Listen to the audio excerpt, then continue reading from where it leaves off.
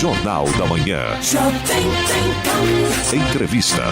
Muito bem, aqui nos estúdios o presidente eleito da Aconvap, Associação das Construtoras do Vale do Paraíba, e sócio-diretor da construtora Costa Norte, José Renato Fedato, que também é atual vice-presidente da Aconvap, né, Renato? Bom dia. Perfeito, bom dia, Clemente. Seja bem-vindo. Bom dia a todos. Muito obrigado pelo convite. É sempre um prazer poder falar sobre essa entidade que nós temos um imenso carinho, que é a Aconvap. Será que o Edson está ouvindo a rádio, Eloy? Porque vai mandar a gente embora aqui e contratar o Renato Vozeirão dele aqui. Né? Com certeza. Nosso entrevistado vai ocupar o nosso espaço aqui. Lembrei do Cid Moreira agora. Boa noite. Ô Clemente, fala uma hora para ele poder dizer um repita aí. Agora são 7 horas e 18 minutos. Repita. 7 e 18. Tá aprovado. Passou no teste. Ô Renato, vamos falar bem sobre a sua eleição agora, presidente da Aconvap, que você assume agora em janeiro. O que você imagina com essa pandemia que aconteceu aí, parou tudo? Parece que essa área que você atua, que é a construção civil, não foi tão ruim assim. O que você pode falar para o nosso ouvinte? Clemente, tivemos tempos difíceis. Primeiro, também gostaria de falar que é um imenso orgulho poder contribuir com a Aconvap. É uma entidade que nós temos um carinho gigantesco, uma entidade extremamente representativa. Ela reúne todas as grandes construtoras da nossa região. Nós temos perto de 100 empresas associadas, entre construtores, projetistas, consultores e fornecedores do grupo associados e patrocinadores. E é uma entidade que tem uma representatividade muito grande junto com o setor produtivo e também com a municipalidade. A intenção é que a gente possa contribuir cada vez mais para essa entidade ser forte.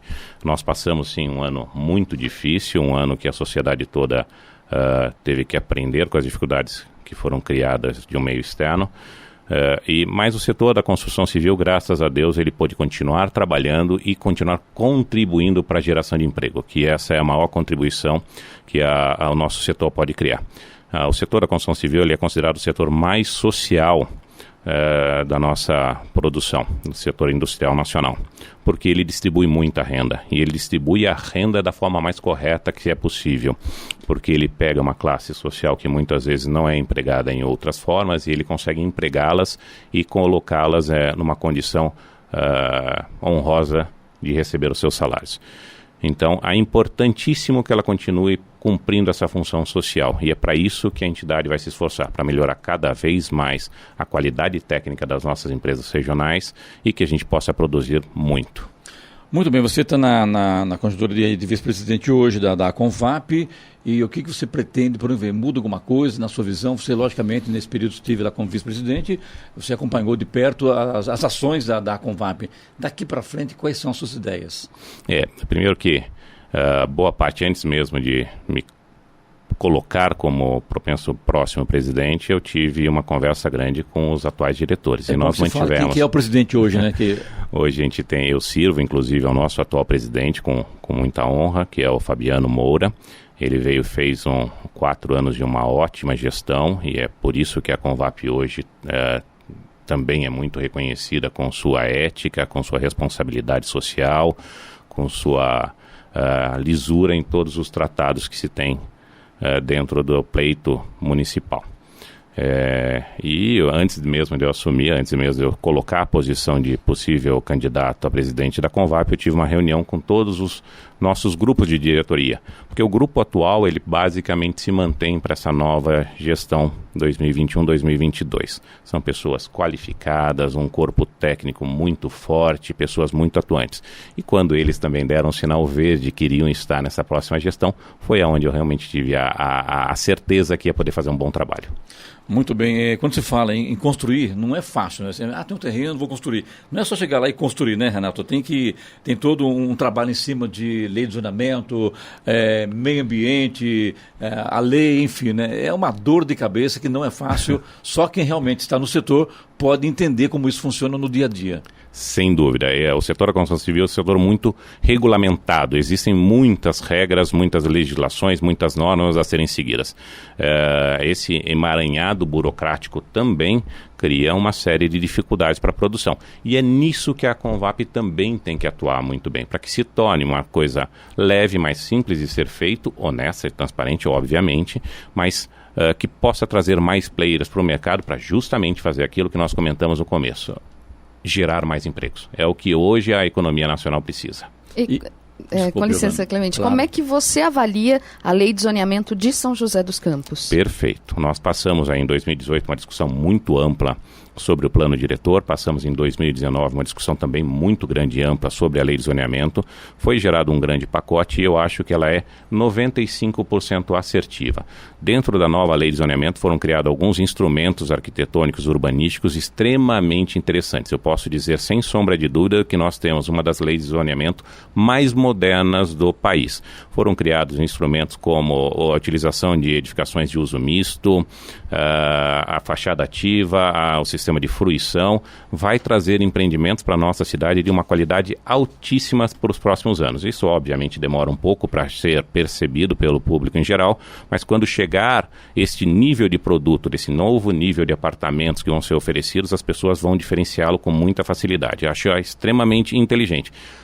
Pena, o único setor que foi colocado foi a criação de um novo tributo, um novo imposto, que é a outorga onerosa do direito de construir, que vai aumentar o custo de construção. E isso é uma coisa que passa a ser preocupante para o setor. Isso que eu queria saber de você, quando você fala em outorga onerosa, para quem não entende, não está convivendo no dia a dia com isso, logicamente não vai entender o que é outorga onerosa. O que seria isso, Renato? É um novo tributo que foi criado dentro do setor da construção civil, isso não é só exclusivo de São José, já aconteceu em outras cidades. Isso só na construção civil, outros setores não? Não, é na construção civil, exatamente.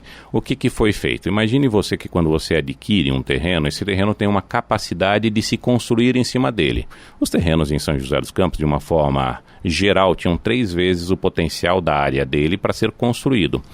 A prefeitura reduziu esse potencial construtivo para 1,3 e ela revende para você o direito que você tinha até pouco tempo atrás de voltar a 3. Em alguns locais da cidade ela permitiu que chegasse até 4 essa utilização. Isso nós questionamos muito durante a época, mas enfim, foi que ficou resolvido, cabe a nós agora obedecê-los até onde nós pudermos. Pelo menos uma coisa que vale frisar, a municipalidade foi sempre muito inteligente, muito aberta a discussões. Isso não pode ser de forma nenhuma questionado. Entendi. E eles criaram também um tempo, que foi dado 1 ano, para fazer uma transição entre uma fase e outra. Esse 1 ano de transição terminou agora em outubro deste ano. Então, ou seja, todos os projetos que derem entrada na prefeitura daqui para frente pagam essa outorga onerosa, que ao nosso entendimento é punitiva. Tá certo. Hoje aqui conosco o José Renato Fedato, que é o presidente eleito da Convap e também sócio-diretor da empresa, da construtora Costa Norte. Muito bem, de volta hoje aqui com o entrevistado nosso aqui, que é o presidente eleito da Convap, o José Renato Fedato. Giovana. Você estava falando sobre a outorga onerosa e isso vai encarecer, né? Eu queria saber qual é a porcentagem, por exemplo, para o consumidor final, né? Quando ele vai comprar o seu apartamento, enfim. Enquanto, mais ou menos, a gente pode ter uma ideia de quanto isso vai encarecer? Temos uma ideia, sim. Giovana, nós temos ali dentro do plano diretor, uma tabela grande que coloca vários usos que são destinados para cada região da cidade. Os piores usos vão encarecer em torno de 7% a 8% o custo de construção dessas edificações, e se você trabalhar bem o uso final de cada uma das regiões, você vai encarecer algo em torno de 2,5% a 3% do custo de construção nesses empreendimentos. E, infelizmente, isso acaba chegando depois ao mercado. Renato, é importante saber também, hoje em São José, quantas construtoras existem no Vale do Paraíba e também quantos empregos geram. Mais do que isso, como está hoje o mercado imobiliário. Perfeito. Clemente, nós temos alguma coisa em São José dos Campos de 180 construtoras na nossa região. Entre pequenas, grandes, médias pequenas, grandes e médias, perfeitamente. São quantas grandes em São José? Você tem essa informação? Nós temos perto de 25 grandes empresas consideradas que fazem empreendimentos de mais volúpia. Temos um mercado que já chegou a 25 mil funcionários direto dentro da construção civil e hoje ele gira em torno de 18 mil. Em São José dos Campos. Queremos que esses números se multipliquem e retornem ali para casa dos 28 a 30 mil funcionários. Se Deus quiser, nos próximos 2 anos chegamos a isso. E no Vale do Paraíba, você tem esse número? Esse número de cor no Vale do Paraíba é mais difícil, ele não é divulgado. Também não é divulgado, né? Não temos. E nem quantos empregos geram também no Vale do Paraíba na construção civil, né? É muita coisa, com certeza, né? Sem dúvida alguma, e é um nível de emprego extremamente importante. Essa é a coisa mais relevante que se tem para dizer, que quando não é empregado na construção civil tem dificuldade de estar em outro meio comercial. Eu vejo duas coisas. No passado, houve uma crise no mercado de construção civil. Houve demissões de funcionários da construção civil. Depois houve a pandemia. Qual foi o pior? Essa crise que houve no setor ou a pandemia agora? Foi a crise que houve anteriormente. Nós tínhamos um problema sério que era de expectativa de futuro, então os clientes deixavam de adquirir seus imóveis e por isso também os imóveis estavam com um preço estagnado. Até hoje nós temos e entendemos que o valor do imóvel está num valor ainda baixo. E com a pandemia surgiu um fato muito curioso, Clemente, que as pessoas começaram a tirar da gaveta aqueles sonhos que tinham de aquisição de imóvel. Muitas pessoas procuraram terrenos para construir as suas casas, tanto que hoje os terrenos já se valorizaram, foram a primeira linha de valorização aí do ramo imobiliário. A construção está bastante demandada, muitos proprietários de terreno executando suas obras, executando o seu sonho da casa própria, da casa nova. E também os imóveis de locação, eles estão extremamente demandados. Em algumas faixas de mercado, eles já entram em falta. Isso demonstra também uma pujança para os próximos anos. Nós temos somados a tudo isso uma disponibilidade de crédito muito favorável, com nível de juros extremamente baixo, o que torna este um momento ótimo para aquisição de imóveis e que também demonstra que num futuro próximo devem acontecer ali algumas valorizações do seu imóvel.